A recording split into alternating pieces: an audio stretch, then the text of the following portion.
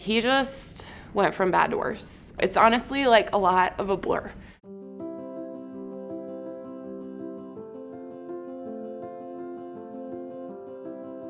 Blake is a super ambitious, rambunctious 10-year-old. We knew there were going to be complications with Blake from the get-go. That's when they told us that he had something called posterior urethral valve, which means that the door that opens when you push to pee was backwards. And so his urinary tract was backing up into his kidneys, ruining his kidneys. 24 hours after he was born, we were transferred to Iowa City. And they were pretty much, were like, he is in renal failure. At a month old, he was on dialysis.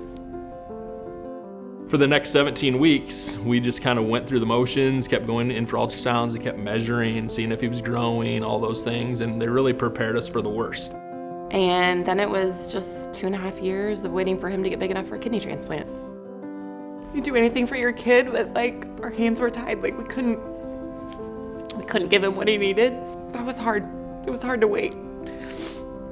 He got his transplant November 5th, 2013, and we were home the week of Thanksgiving. And then a week later, we went for labs. Something wasn't right. He wasn't feeling well. He didn't have any energy. It was very lethargic. Our nephrologist called and said his white blood cell count was 1.8. I was like, I don't know what that means. And she said, it means he can get really sick really fast and you need to get here now. They realized like he was septic.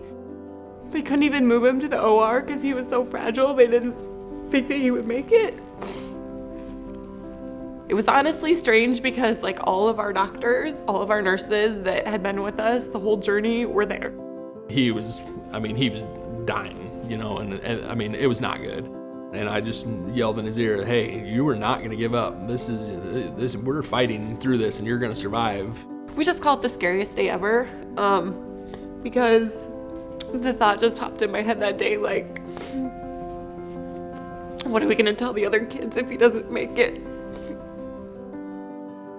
They opened up his abdomen and it was just like everything started to go back to normal. So I think we were in the hospital 4 months. It was right before his 3rd birthday he got out. He's doing really good. He is super active. If he could just do sports all day long, that's what he would do. I like baseball and basketball, and sometimes I play football for fun. Like me and my friends, we hop on Xbox and we just play video games all day.